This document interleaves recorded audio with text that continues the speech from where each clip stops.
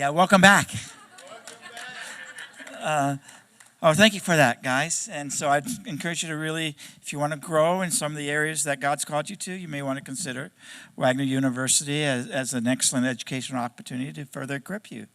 What I want to go into now are these two evidence-based modules for trauma healing. I'm going to touch very briefly on what's called a left-right hand technique. And what I'm about to explain is not one of the evidence-based modules. Some of you may be familiar with EMDR. This is that. We don't do EMDR strictly in the camps because we focus basically on the two you're going to get, which are evidence-based that we feel more confident are necessary in healing. But EMDR, if you're familiar with it, or what we call the left-hand, right-hand technique, which is simply the person sitting down. For example, with EMDR, they would follow a finger typically with their eyes. Left and right is just taking the right hand, raising it, and then the left hand raising it. And as you do so, the person is remembering their trauma story. Okay, as they do EMDR technique, or they do the left and right hand. The reason why they're doing it, we don't know. People don't know why. That's why it's not evidence-based. But somehow those techniques begins to reconnect the left and right side of the brain that may have been disconnected from the trauma experience. And therefore, in their trauma story, there's greater clarity and things may be remembered that were not without doing those particular exercise. What seems to maybe be happening is during the traumatic event, because the brain shuts down and the survival brain takes over, the normal neurotransmitter connections between the left and right side of the brain are disrupted. And so doing the left hand, right hand technique or doing EMDR for some reason seems to begin to reconnect those pathways. Does that make sense? And therefore can be helpful in the person telling the trauma story. Again, I said with greater clarity or some emotion that they didn't experience before. The theory is that what may be happening is that those techniques I just described are reproducing REM, that the person's going into some sort of dream state by doing these exercises, and therefore the brain becomes more heightened or engaged than normal, and so they have a greater access to those memories. So again, I don't discount those. You may use those. You can go online and learn all you want about it. We keep it very simple because that's the population we deal with. And some of this, the EMD technique, if you're familiar with the finger in front of the eyes, would be culturally unacceptable by our clientele or our population. It's way too foreign for them and way too threatening. They don't even, in the South Sudanese, let's put it that culture, you would never look at a person in the eye directly. That would be considered aggressive and offensive. So you understand, if you've done any kind of traveling internationally, and especially any ministry trip, you need to learn certain cultural taboos. Whereas Americans, we interpret, if you don't look me in the eye, what's up, buddy? You're trying to sell me something I don't want. You're lying to me. It's considered just the opposite. You should be looking me straight in the eye. Well, in East Africa, that's considered, as I said, aggressive. It's an aggressive. Shaking a hand. If we like to shake hands strongly, right? In America, be a man, shake my hand.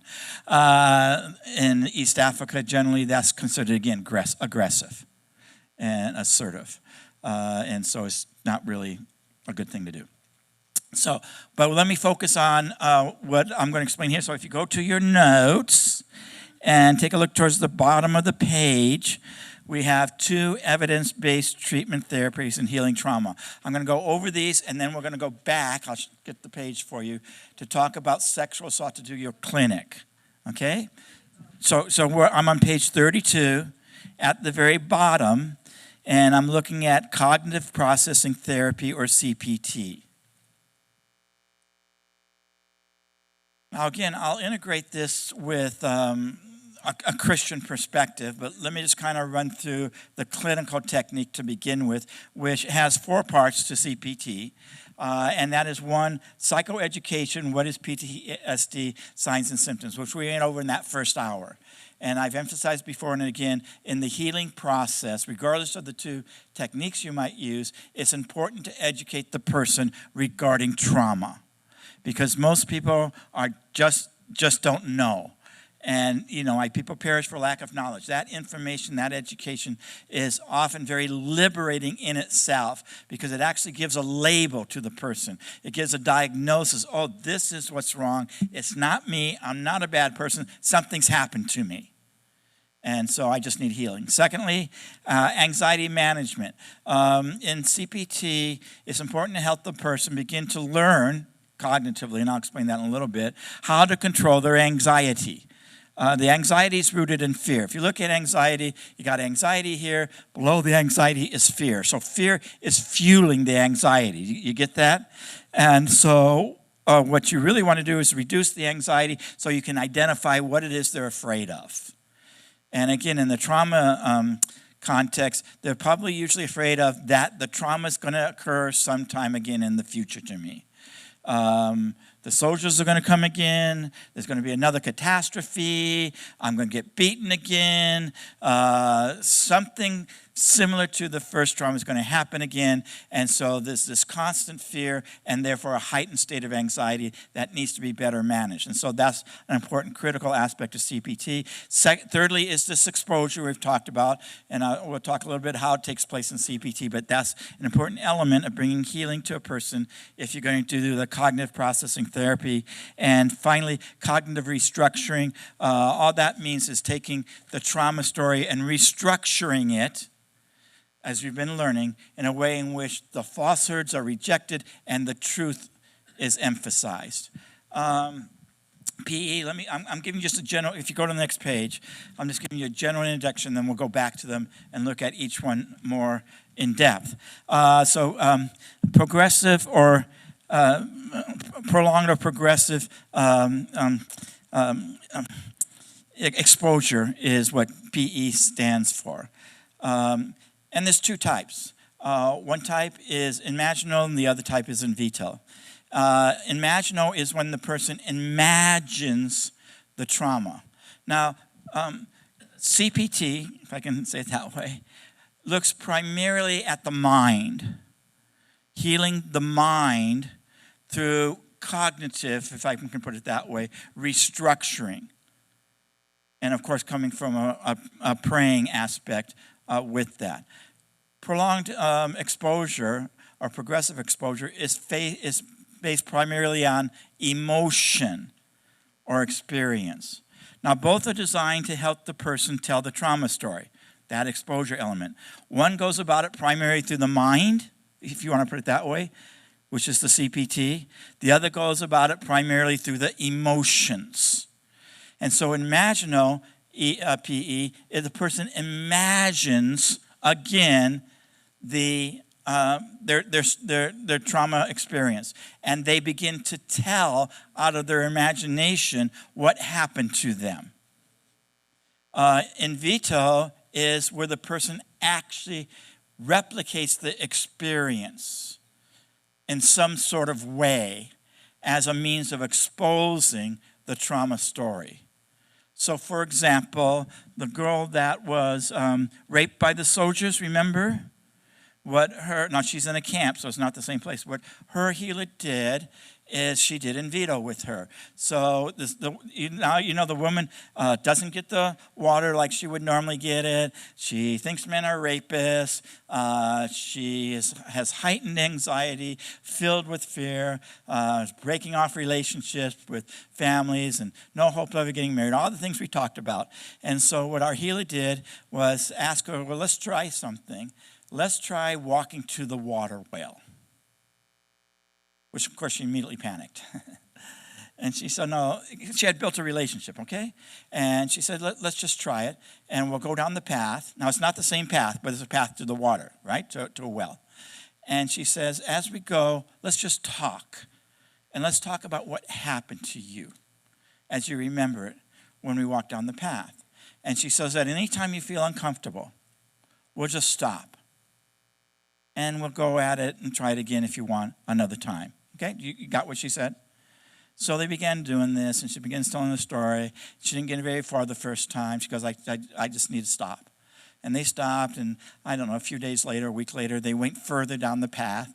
Well, the story ends that she eventually was able to get down the path to where she got the water and was able to have this sort of cathartic experience of exposing her trauma story as she would walk down the path, so that now she was able to actually begin to go get water without going into a panic state. So you got what I'm describing. So in Vito, the healer would actually reenact the actual traumatic experience as much as possible.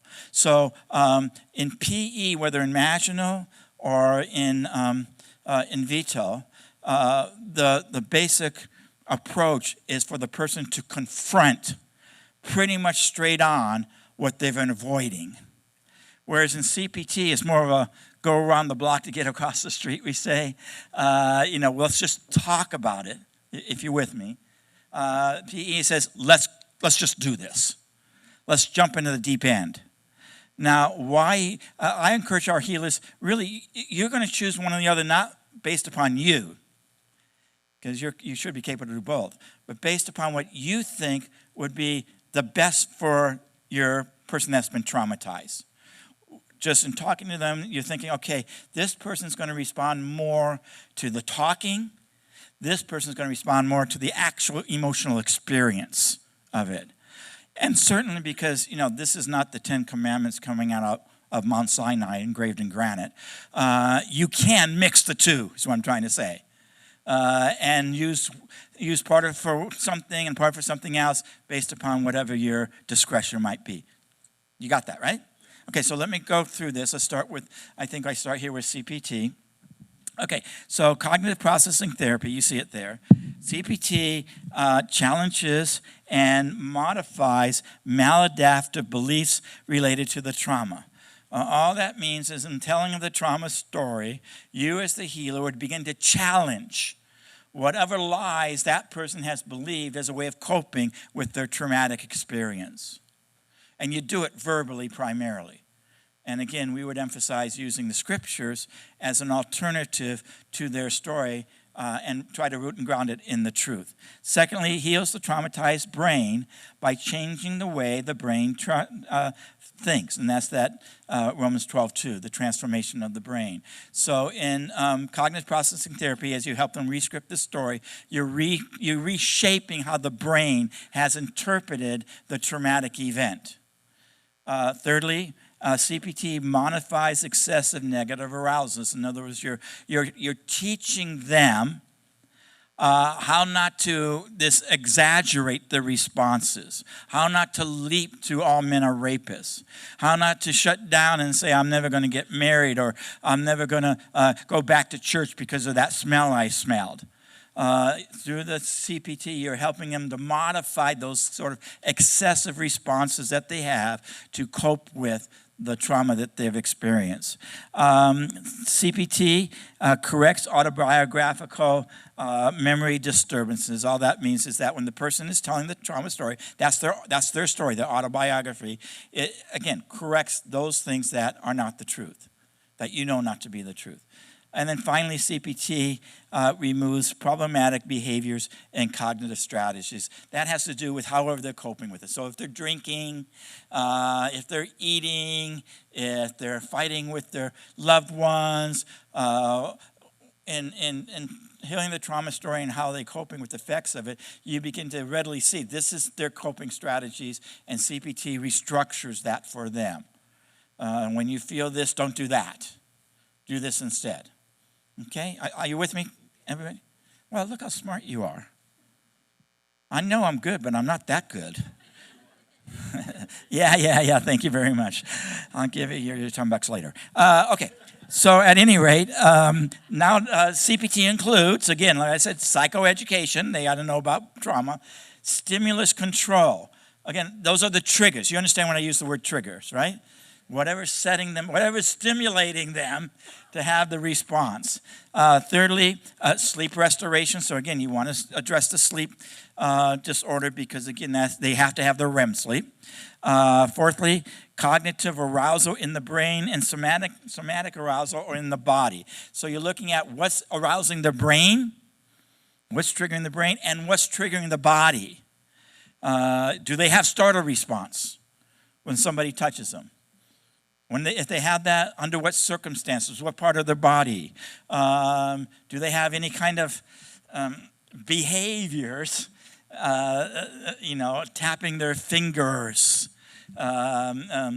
scratching or whatever, that are indicators that they're trying to deal with what they're feeling in their body when it's being aroused by some sort of trigger to the traumatic event. Because people will have different body responses to it because it affects their body. Sleep hygiene, that goes back to the sleep aspect. Summary and relapse prevention. So in working with these folks with CPT, you're leading them along the path, and every time you're meeting with them, you're reminding them of what you've done, and then as you come to a place of termination or closing, that you want to help them with, okay, if you find yourself relapsing, if you find yourself going back to some of these behaviors that you've done a great job on, this is what you should do. And you give them specific instructions. Now, it will vary from context to context. So for us in the refugee community, if the kid starts to relapse, we want them to go as quickly as possible back to their healer, their teacher. Now, that may not be applicable here. There may be other strategies in place you would want to implement so that they don't have to build this dependency upon whoever the healer is. But in our context with these kids, we want them to get back to their primary healer and have them begin to help them manage it better so they don't engage in some sort of relapse. So I'm going to pause there. And any questions you have about the CPT here at this point? Yes, ma'am. And speak loud because if you would, please.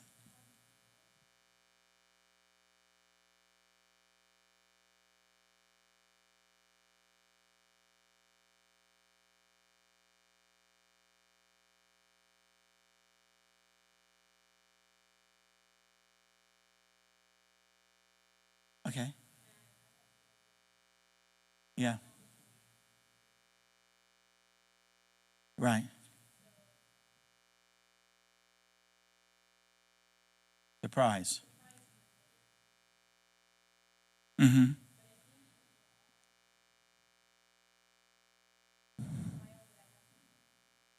Mm-hmm.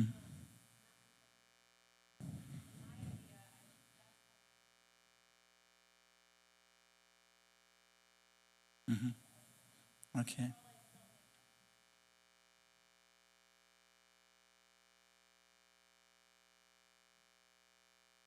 Mm-hmm.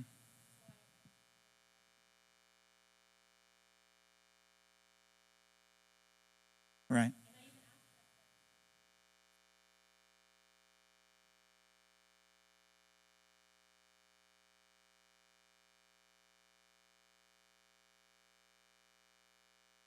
Mm-hmm. Mm-hmm.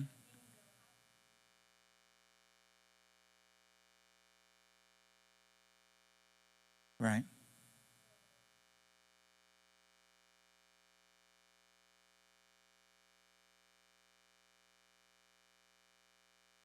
Sure.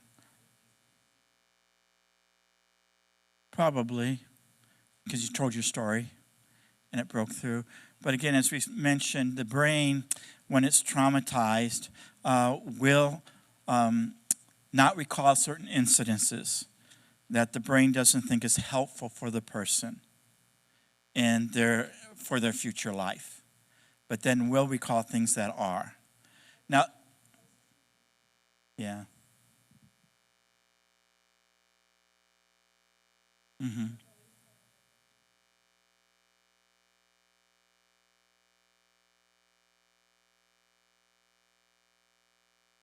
Mm-hmm.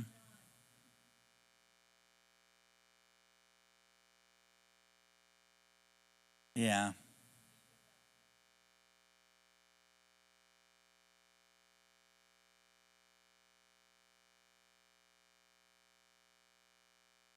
Sure.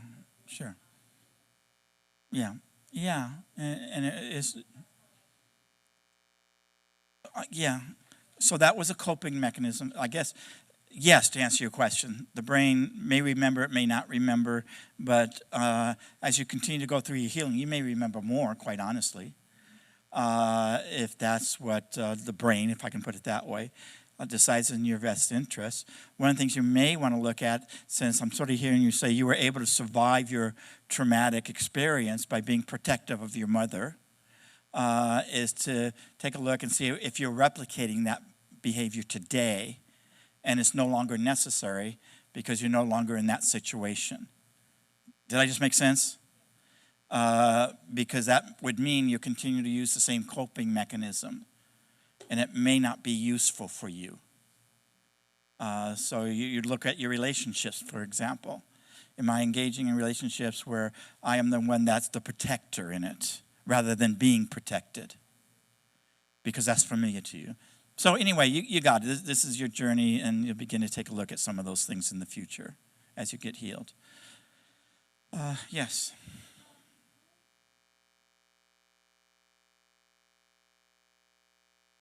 Sure. Yes. Well, I wouldn't put it in the language that the brain heals itself. I think I've been clear. I think Jesus heals the brain. Now, whether he uses the brain to heal itself, I don't know, but he heals the brain. I think I told you I was in this horrible accident down in India a few years ago, and I broke my back and shattered my sternum. And my back was, the disc was split top to bottom. And one sense, I thank God I wasn't in this country because I know exactly what they would have done. They would have done back surgery, right? I mean, because I couldn't walk for 24 hours, and I was in intensive care and some other things. And you know how, I should be careful, but typically they would have done back surgery right away. My Indian doctor, he was a Sikh guy, he was a back specialist. He says, well, let's just wait. Because he had a whole different perspective here. He goes, I can do back surgery, but let's just wait 48 hours and see if the back heals itself. And remember, I said he was a Sikh, so he's not a Christian guy. But that was his worldview. And so we waited, and it had come back together. And it was unnecessary. If I was in this country, I'd probably owe $100,000 to somebody. But there was different. But I interpret what happened to me was that the back didn't heal itself. Does that make sense? God used the back to heal itself, but God healed me. Same thing. God would heal you. Okay, so let me go down to PE, prolonged exposure here, and read what I have written, and then I'm going to give you your clinic here before 3 o'clock. Trauma victims often try to avoid what reminds them of the trauma. This is very common, as we've been talking, because it's so painful. So that sign, remember, that's the second sign, the avoidance of people, places, and things that reminds them of the trauma. Let me go on. This may help the person feel better in the moment, and it usually does, but in the long term will not help them recover or heal from the trauma. In addition, such avoidance is often accompanied with unhealthy and distractive coping mechanisms in order to avoid the trauma. Okay, so you got two things going on at the same time. So with PE, if you go to the next page, in PE, the trauma victim deliberately exposes themselves to the thoughts, feelings, and situations they've been avoiding. By facing them, the traumatized person learns they can overcome those fears and don't have to be afraid of the memories. Like I just described with the young girl that was raped going to the well, and how replicating that traumatic experience was the means towards her telling her trauma story for her to be healed. So the process is this I have written for you here.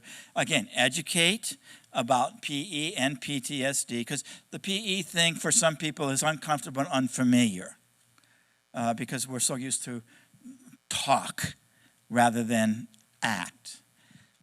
Secondly, Repeated exposure to trauma memories. That's what you're trying to do. So that's why it's called prolonged. It may take some time or progressive. Safety is important. Do it little by little based upon the traumatized person's feeling of safety and comfort. Don't disrespect that, but rather honor it. Be prayerful. The blood flow thing becomes important because as they're going through the actual experience, once again, either in the imagination or in reality, they'll be in a heightened state of anxiety. So this is a time for them to learn how to stop. Let's breathe. Let's take some deep breaths. Let's, force the blood to the extremities, those sort of things. Breathing exercise, again, relaxation exercise are all important part of PE. And ask the questions, these probing questions during the process. One, what are you feeling? As we walk down this path right now, young lady, what are you feeling? And let her talk. Don't try to plant feelings in the person. Do you understand what I mean by that? Don't say, oh, are you feeling scared? Because she'll probably say yes. But you not be feeling scared, which may be difficult for some of us, silence and patience. Let the person speak. This is their experience.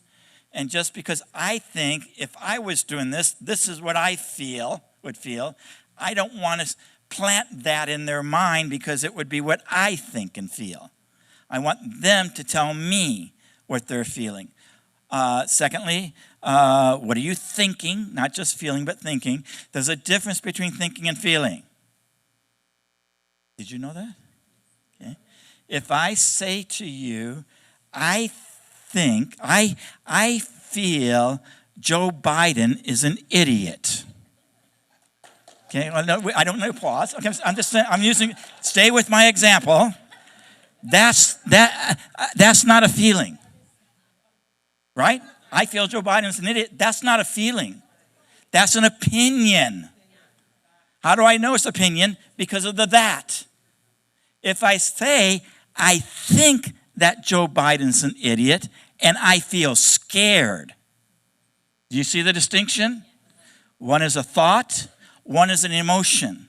When you're working with somebody who's been traumatized, you want their feelings and their thinking, and you want to be sensitive enough to know there's a difference between the two. And I'm just using that illustration just because I knew it would get your attention.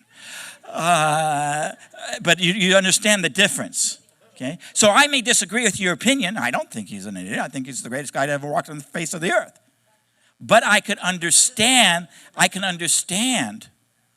your feeling. You follow that? Even though I disagree with your opinion, I can be empathetic towards your feeling. Same thing is true with the person that you're doing for the trauma.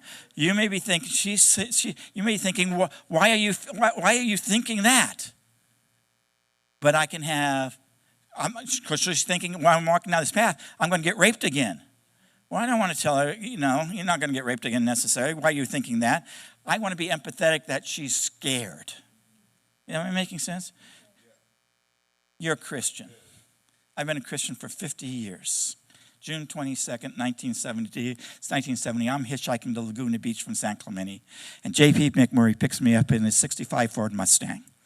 This is the height of the Jesus movement. I'm not saved. I'm a dope-smoking hippie living on the beach surfing all the time. I was happy. He's got a big Dakes Bible on his dash. And I knew exactly what was going to happen. He was going to tell me that I need to repent, and the whole Jesus thing between San Clemente and Laguna Beach, which at that time there was only one stoplight, and that was at 9th Street in South Laguna. So I knew I was stuck with him for the next 30 minutes, and I was no way of escaping out of the car. Okay? And to my surprise, J.P. McMurray didn't say anything about my lifestyle and what a horrible lost sinner I was. In fact, he didn't say anything about me. He just started to talk about how in love he was with Jesus. And I could see it on his face. And I knew he wasn't loaded because everybody knew in 1970, if you're a Christian, you don't get loaded. So I knew that. But I could see in his countenance, this is completely different. So he drops me off at Main Beach in Laguna Beach, doesn't give me, pray the prayer or anything. Just get out of the car. And but I'm having this experience, right? Because I'm feeling something emotionally. And not intellectually, because he never told me about the very vicarious death of Christ on the cross for me and my need for redemption, okay? He just told me how in love he was with Jesus, and I thought, I want that. What you're telling me I want. But he never turned and go, oh, this is how, right? So he just started, and I walk up to what now is Heisler Park, if you know Laguna Beach. It used to be just a bluff. There's a park up there now. And I went up there, and with the park there's a flagpole. They put that there because that's where I gave my life to the Lord. No. So I go up to the bluff there, and I just looked into heaven. I like to say, the heavens opened up and exploded. But in the language I was born again in that moment.